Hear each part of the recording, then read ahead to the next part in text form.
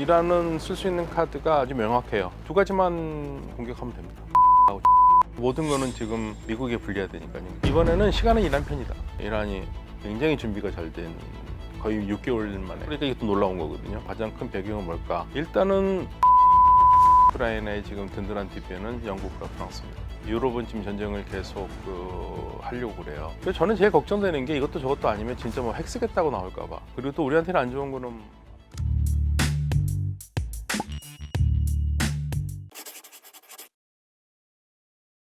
네, 중동 사태가 그야말로 알쏭달쏭한 국면으로 접어들고 있습니다. 박현도 교수님을 모셔야지만 이해할 수 있을 것 같은 그런 상황들이 매일 펼쳐지고 있는데요. 일단 교수님, 우크라이나가 이란 상선을 공격했습니다. 도대체 전쟁이 어디를 향해 가고 있는 거냐? 그게 러시아하고 이란의 정상적인 교역이었거든요. 네. 뭐 좋은 건 아니에요. 근데 뭐 이거 일시적인 사건일 수도 있고요.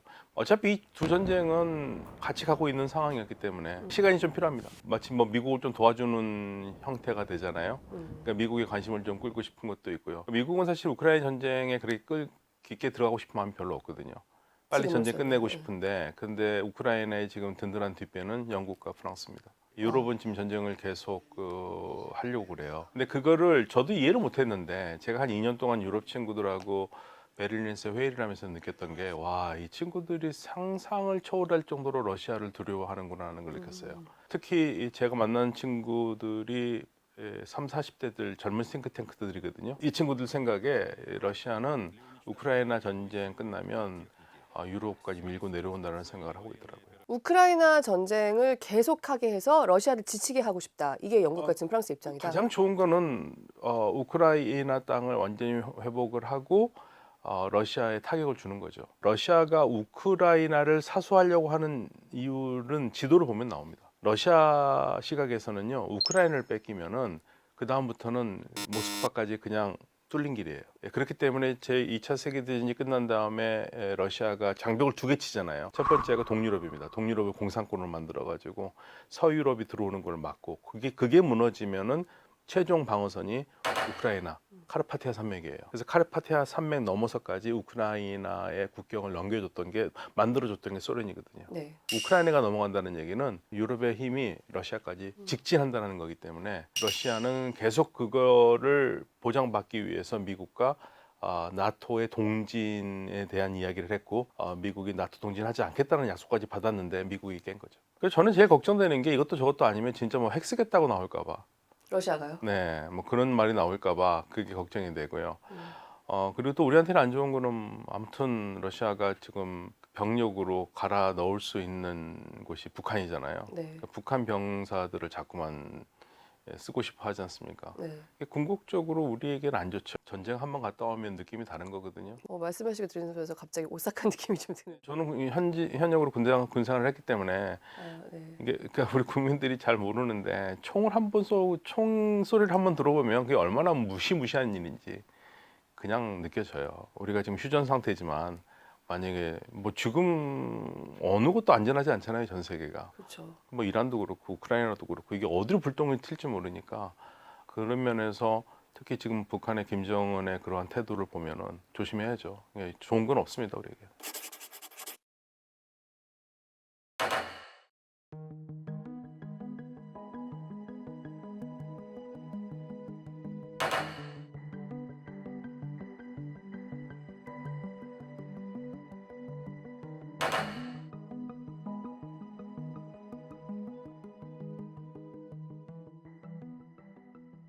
이란은 더 내놓을 게 없다고 보시는 건가요? 없습니다. 제가 봤을 때는 그냥 호르무즈 해협 통제권 인정하라는 얘기입니다. 그 통제권 어떻게 인정하느냐가 문제죠.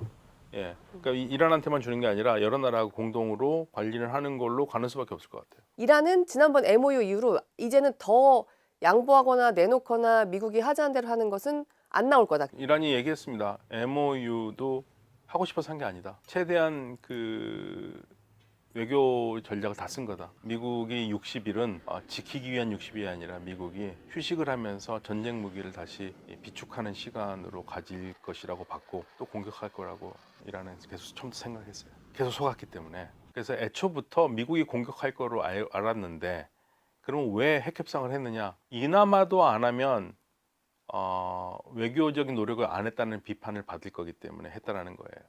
이건 아라시 장관이 한 얘기입니다. 이란은 지금 더 잃을 게 없는 상황이기 때문에 계속 갈 거예요. 이란은. 그럼 결국 이 상황이 해결되려면 이제 100% 미국에게 공이 넘어가 있는 거다. 이제는 이란이 더 양보하기는 어려운 상황이에요. 그러니까 확정이 되려면은요, 미국이 그냥 이란에만 전념해야 됩니다. 이란의 모든 것을 속된 말로 몰빵을 할 경우에 네. 다른 곳에서 위기가 터질 경우에 미국이 움직일 수가 없잖아요. 지금 그래서 이란에 지금 완전히 전념을 할 수 없는 상황이지 않습니까? 그래서 이번에 뭐 곡괭이산 때린다고 그러더니 그리고 엄청난 공습을 한다고 그러면서도 이번에 그냥 일단은 멈춘 게 14일째는 13일까지는 굉장히 때렸는데 14일째는 지금 이란을 때리진 않았잖아요. 그 곡괭이선이 이제 이란의 핵시설이 있는 핵시설, 곳이잖아요. 네, 그렇죠. 네, 정말 이번에는 거기를 타격을 하겠다라고 했었었는데 네, 일단은 지금 멈춘 상태. 멈춘 상태. 왜냐하면 거기를 때릴 경우에 확전이 되면은 이게 확전이 불가피할 가능성이 있거든요. 왜냐 이란은 확전할 거니까. 거기를 때리면. 네, 이란 확전합니다. 이란은 쓸 수 있는 카드가 아주 명확해요. 두 가지만 공격하면 됩니다. 유가하고 주가.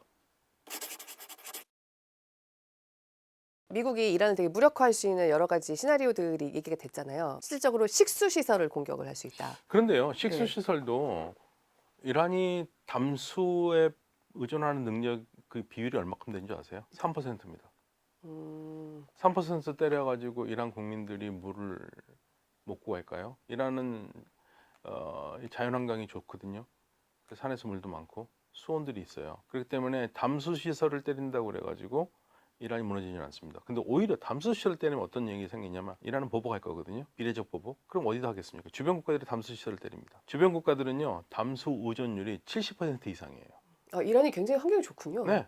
그렇기 때문에 담수 시설 때리는 건 바보짓이에요. 그리고 발전소를 때린다? 네. 그럼 이란은 안 때립니까? 이란은 주변 국가들의 전기 시설 다 때리면은요, 전력이 안 들어가면 담수 시설 못 돌리는 거고요.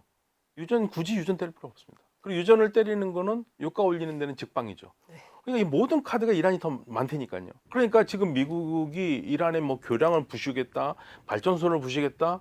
이란은 그러면 해봐라, 우리도 하겠다 하고 리스트를 작성한 거고. 또 더군다나 트럼프 대통령이 중동 사우디아라비아, 카타르, UAE에 트럼프 이름으로 된 골프 클럽이라든지 호텔들이 있거든요. 그것도 다 지금 타격 리스트에 올려놨잖아요. 네. 그러니까 잃을 게 미국이 더 많아요.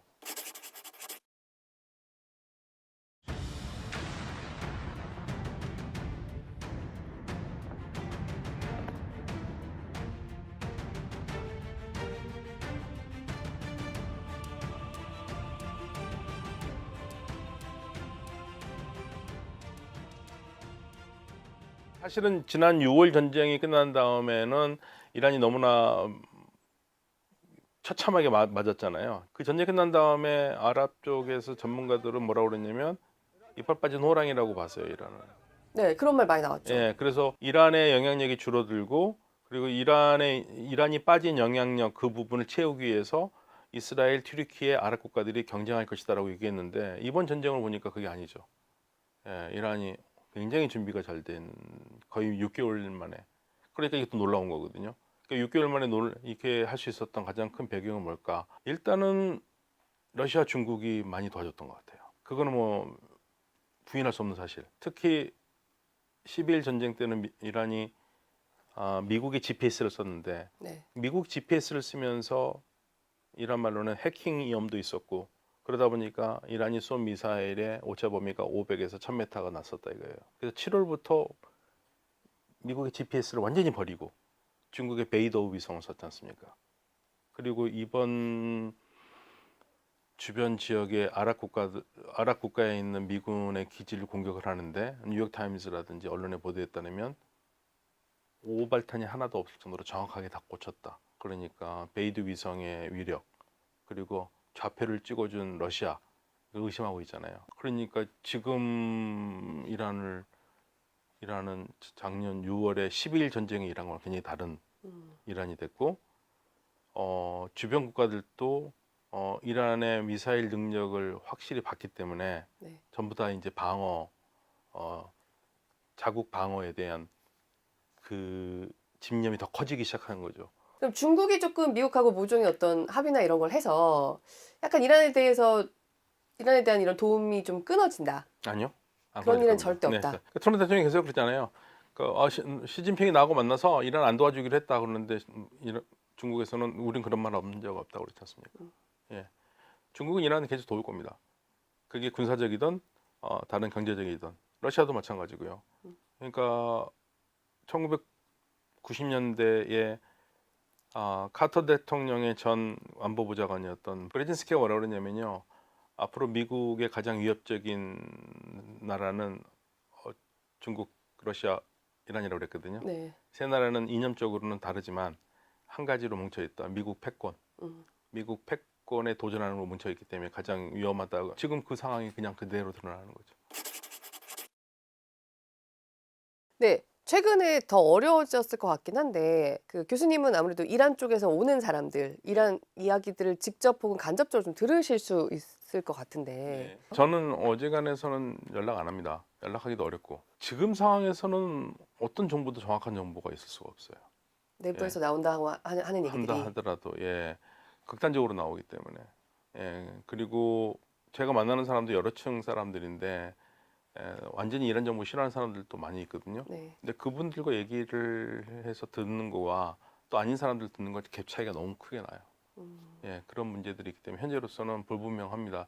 그런데 아무래도 이번에 전쟁의 공습을 앞두고 미국 정보 당국에서 판단한 거를 보면 미국이 생각하는 것만큼 이란 정권이 그렇게 쉽게 무너질 정권은 아니다. 오히려 공습을 더 하면 할수록 이란 국민들이 더 단결해서 외세에 대한 저항을 더 할 수 있다라고 판단을 했다라는 거죠. 그래서 그런 이유 때문에라도 이 공습은 대규모 공습은 바람직하지 않다라고 제지를 했다는 걸 보면 지금 상황은 오히려 공격이 이란을 더 약하게 만드는 게 아니라 더 강하게 만들 수 있다는 얘기죠. 그리고 지금 시간은 이란 편이라고 저는 봅니다. 시간은 이란 편이라는 게 이란은 버티기만 하면 되거든요. 오해를 하지 말아야 될 게 우리가 받아보는 언론들이 대체적으로는 이란 반정부 언론들이에요. 그렇죠. 특히 이란 인터내셔널 같은 경우에는 이란 정부가 가장 싫어하는 그러니까 영국에 있다가 영국에서 너무 위험하니까 영국이 미국으로 가라고 하는 거예요. 그래서 미국에 본부를 두고 있는 이란 인터내셔널인데 언론 보도들 우리가 접하기 어려운 현장 민심을 전하는 거는 맞지만 그게 어느 정도 전체를 대변하는지에 대해서 생각을 해봐야 된다는 얘기죠. 작년의 시위는 굉장히 전과 달랐다는 얘기를 많이 하잖아요. 네. 밖에서 보는 것 이상의 지지를 얻고 있었던 상황이었다고 판단하세요? 저는 그렇게 봅니다. 왜냐면요, 작년 시위가 달랐던 건 뭐가 달랐냐? 본격적으로 그 해외 공작이 본격적으로 움직였어요. 그러니까 이 해외 공작에 대해서 외국의 정보분사들이 하는 재밌는 얘기가 있습니다. 작년 시위를 크게 만든 거는 해외 스파이들이거든요. 네. 이란 내에 있는 해외 스파이들이 있지 않습니까? 스파이들이 결국에 그걸 크게 만들었는데, 그러니까 이 정도로 시위를 하려면 한 3, 4년 동안 빌드업을 했어야 된다 이거죠. 여러 가지 작전을 하면서 네. 정권을 넘기는 작전을 해야 되는데 그거를 불과 한 달 안에 다 하려고 하다 보니까 사단이 났다는 얘기입니다. 그래서 밖에서 보는 것과는 달리 이란 시위가 크게 된 거는 외부의 사주가 있었던 건 맞습니다.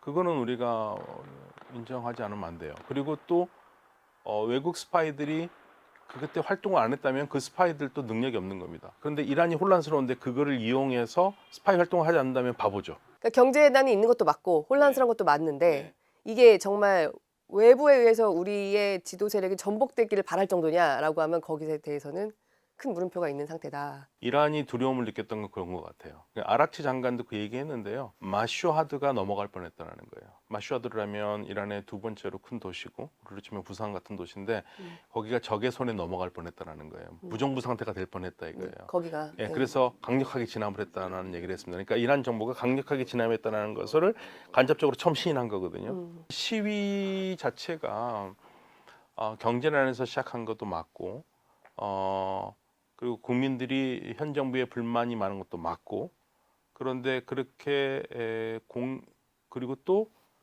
북쪽에서 쿠르드 반군이 들어온 것도 맞아요. 쿠르드 반군 쪽에서 이란 쪽으로 들어왔다가 그거를 튀르키예 정보부가 이란 혁명수비대 정보부에 알려줘서 진압을 한 것도 있거든요. 그러니까 혼란한 상황들이 맞붙어 있기 때문에 이러한 진짜 지난 시위에 무슨 일이 났는가는 시간이 지나면 점점 투명하게 나올 겁니다. 이란은 전쟁을 해본 나라지 않습니까? 많은 부분에서 그 부분들을 미국이 생각을 못한 것 같아요. 이란은 이라크와 8년 전쟁을 했습니다. 그리고 이란이 굉장히 잘 살았던 나라라면 삶이 무너지는 게 힘들고 어렵겠죠.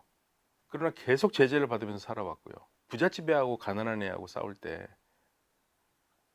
힘든 건 부잣집 애들이 더 못 견뎌요. 네. 가난한 애들은 어차피 가난해요. 예, 그러니까 끝까지 버틸 수 있는 힘이 저는 그래서 이란이 더 있다고 보는 겁니다. 그래서 이번에는 시간은 이란 편이다. 그러니까 모든 거는 지금 미국에 불리해야 되니까요. 빨리 정리를 하고 핵협상으로 들어가는 게 미국으로서는 훨씬 좋습니다. 그리고 아예 처음부터 안 싸우고 이란과 핵협정을 하는 게 제일 좋았어요. 협정을 하고 그다음에 경제적으로 이란과 협력하는 게 훨씬 좋습니다. 이란이 뭘 원했는 줄 아세요? 미국 회사들이 이란에 투자하기를 원했습니다. 왜 그럴까요? 왜 그랬다고 생각하십니까? 그래야 공격을 안 할 테니까. 그렇죠. 예. 돈으로 묶여 있는데 미국 회사들이 와서 이란을 재건을 하고 이란의 정유시설 같은 거를 하면 결국 미국 재산이잖아요. 그런데 그러니까 공격 안 할 거라고 보기 때문에 이란은 미국이 와서 투자하고 하길 바란다니까요. 그 바랬었어요. 전쟁 전에부터.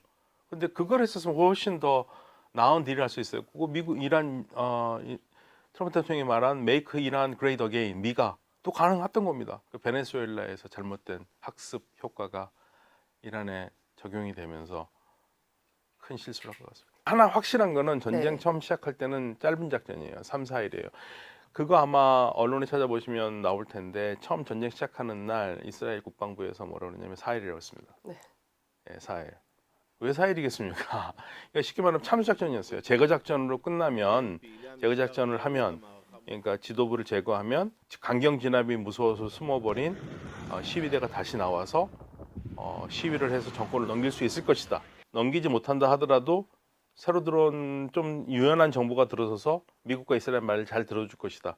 그 희망으로 들어간 거잖아요. 완전히 실패했죠. 우두머리는 제거를 했는데 지금 전혀 뭐 미국이 생각한 것 같은 효과대로 제가 이 초반에 움직이지 않지 않습니까? 제가 초반에 욕 많이 먹었습니다.